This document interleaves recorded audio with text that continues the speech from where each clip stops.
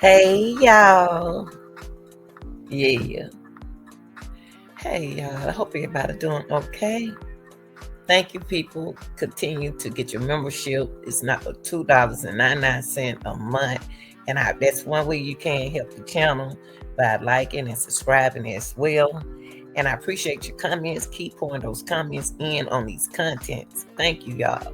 Thank you so much. Okay, y'all. Today I want to get into the judge upholds DNA evidence in the Bryan Kohberger murder trial. And I haven't forgot about no trial and stuff. So I'm a busy woman over here alone by myself.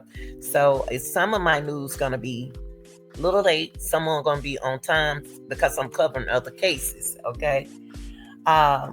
So I want to get into what's going on with it. I'm gonna give y'all a little brief, and then I'm gonna show a couple of video on the DNA evidence. Okay, allowed in Kohberger trial. Okay, so the little brief I'm gonna give you before we turn to our videos. You're gonna see text messages as well between the two surviving roommates. Okay. Before we started, y'all close that screen door and start letting all them flies up in here. Yes. Now, a judge has denied the defense motion to exclude DNA evidence. Investigators said links Bryan Kohberger to the murder of 4 University of Idaho students. And we're going to get into that in a few minutes, okay? The defense argues that Kohberger's DNA was collected without a warrant. But the judge ruled there is no privacy expectation for crime scene evidence. Now, Kohberger trial is set for August, y'all. August, with prosecutors seeking the death penalty if he is convicted. Now,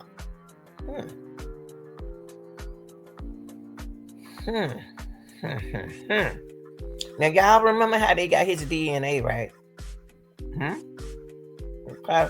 The genetic material was discovered on a knife sheath at the residence where students Kaylee, Madison, Morgan, Zaina, and Ethan was fatally stabbed. That was back, y'all, in November of 2022. The investigators linked Kohberger to the crime scenes using family tree database and DNA collected from trash at his family home. Wow. Wow. Ain't that a trip?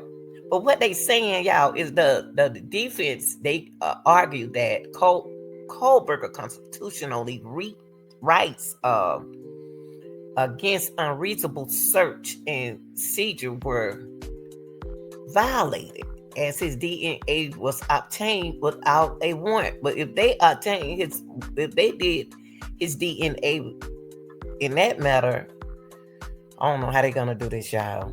But look, we got a video to look at. But however, the judge ruled that there is no reasonable expectation. Now, let me give you the ages of these beautiful kids. Ethan Chapin was 20. Zaina Canora was 20. Madison Morgan was 21. Kaylee Guncalf, 21, along with the women, 2 other roommates was in the house. Okay.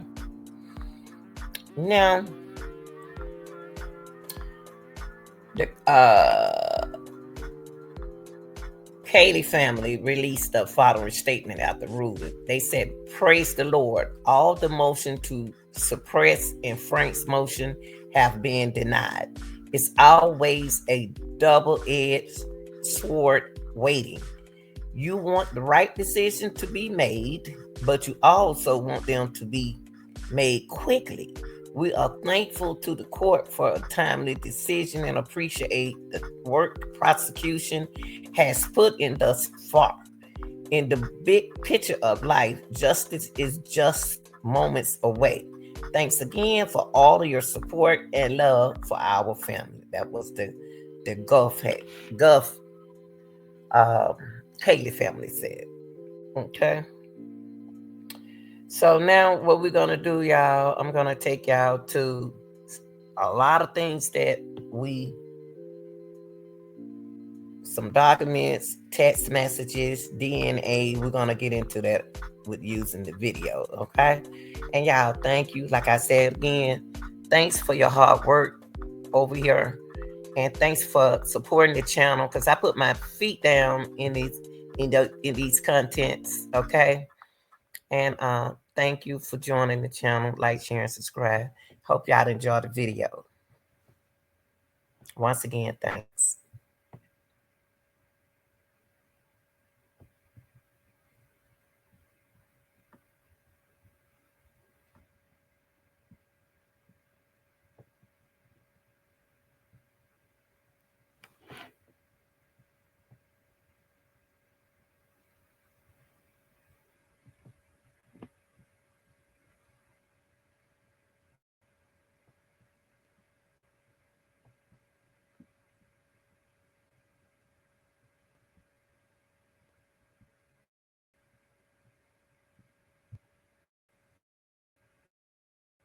This morning, Bryan Kohberger's defense team trying to get critical evidence thrown out as they raise questions about how law enforcement zeroed in on him.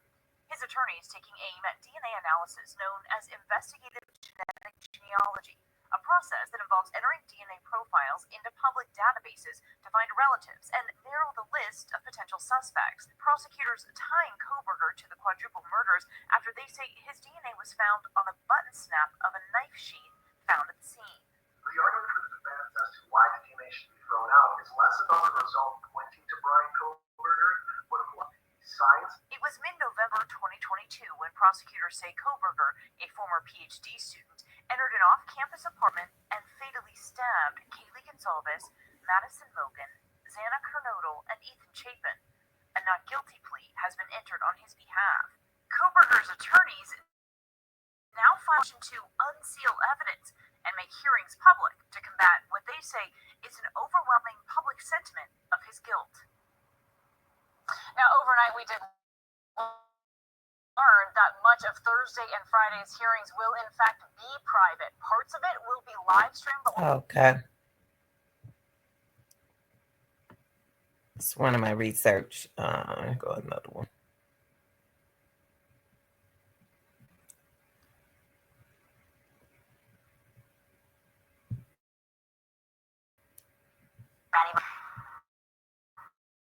Kaylee Gonzalez, Xana Kernodle, and Ethan Chapin were murdered. The surviving roommates, Dylan Mortensen and Bethany Funk, started messaging one another about not being able to reach their other roommates, and okay. So you can these are the text messages, but they were texting each other. But this is just a little view of it. But I got a video that I want y'all to see. Let's get this one. This one is better, okay? This video right here is a lot better for y'all. Now, let me move this. Okay, yeah. From 422 to 424, DM, that's Dylan, and PF, that's Bethany, sent the following text messages. And the text message just says, no one is answering. And this is dealing to Bethany. Now, the second message, dealing to Bethany. I'm really confused. And dealing to Kaylee. Kaylee, what's going on? That's what BM text her and ask her, what's going on? And Bethany, this time to Dylan. Y'all do what the elf? So that means Bethany is Bethany is awakened downstairs. So she should be able to hear people walking around, footsteps on the outside if she awake, right? Okay. So Bethany to DM, Zaina was wearing all black. Zaina was wearing all black. That's what Bethany said, y'all. Zaina was wearing all black. And DM to Bethany, I'm freaking out. And DM to Bethany, no, it's like a ski mask almost. And Bethany to shut the F up. And then Bethany to DM, actually, and then DM to Bethany, like he had something over his forehead and little something in mouth. Y'all know I don't understand it. The initiation, not initiation. I don't abbreviation END. And she said, no, like he had something over his forehead and a little something mouth. And DM to Bethany, I'm not kidding. Oh, I am so freaked out. And Bethany to DM, so am I.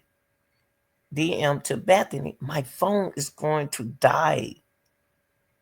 BM to DM, come to my room. And Bethany to DM, run. And Bethany to DM, down here. What she mean by that? She know your room is downstairs. So she should know to come downstairs. Where else would she go? Okay, well, let's look and see what they have to say about this. Show those roommates were apparently awake and discussing the possibility one of the surviving roommates saw the intruder and described him as a masked man with bushy eyebrows. Text messages were also sent to some of the victims but went unanswered. Prosecutors are asking the court to allow these messages as evidence. Hold on. And then it said the next morning, they sent the following text messages starting at 10:23. Please DM to Goncalf to Kaylee. Please answer. DM to Morgan. Are you up? DM to Kaylee. Are you up? I don't know where they get this document from. Suspect Bryan Kohberger is set to go on trial in August. So look at these newly unsealed documents. Only thing I can say about these text messages is she doing all this text messaging, ain't nobody called the police. They doing all this texting. They are on their phone at 4:22 in the morning and 4:24. And they have not, and Bethany has the better chance to call the police because ain't nobody came downstairs. So why she didn't call the police instead of texting? If they think something going on, if they see somebody with a mask over their face, why didn't Bethany call the police? This still ain't right here. I still got question marks about that right there. That's bull. That's bull, y'all. What y'all think about that? What y'all think?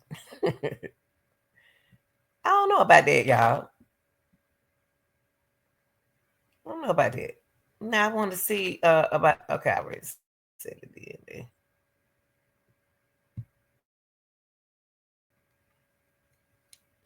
Of a mass trespasser about 5 minutes after the attack. Investigators say one of the surviving roommates saw the intruder and described him as a masked man with bushy eyebrows. Text messages were also sent to some of the victims but went unanswered. Prosecutors are asking the court to allow these messages as evidence. Suspect Bryan Kohberger is set to go on trial in August. For a closer look at these newly sealed documents, head to fox13seattle.com. All right, y'all. Let's see, can I find the documents? What do y'all think what y'all just heard? Tell me what you think in the comment section. Like, share, and subscribe, y'all. When I find out some more information, I wouldn't mind looking for the documents, but when I find them, I will give them to y'all, okay? like, share, and subscribe. Love y'all. Be safe.